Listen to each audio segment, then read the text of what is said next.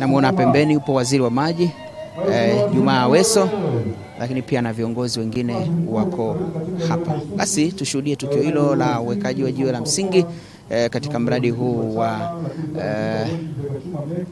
ujenzi wa vituo vya kusukuma maji na mabomba makuu ya kusafirisha maji na matanki ya kuhifadhi maji hapa Sahawa Nyamagana, Mwanza.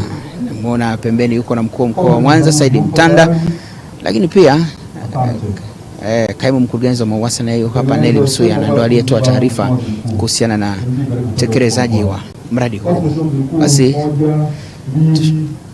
magofu mengi na vigelegele. Kwa ridhaa yako mtasoma jiwe la msingi la mradi wa ujenzi wa vituo vya kusukuma maji, mabomba makuu ya kusafirisha maji na matenki ya kuhifadhi maji unaotekelezwa chini ya programu ya maji na usafi wa mazingira ya Ziwa Victoria limewekwa na Mheshimiwa Dr. Mwigulu Lameck Nchemba, mbunge, waziri mkuu wa Jamhuri ya Muungano wa Tanzania, tarehe 23 Januari 2026. Magofu mengi na vigelegele. Maji oye! Namna hiyo, mtazamaji wa TBC, tayari waziri mkuu Dr. Mwigulu Nchemba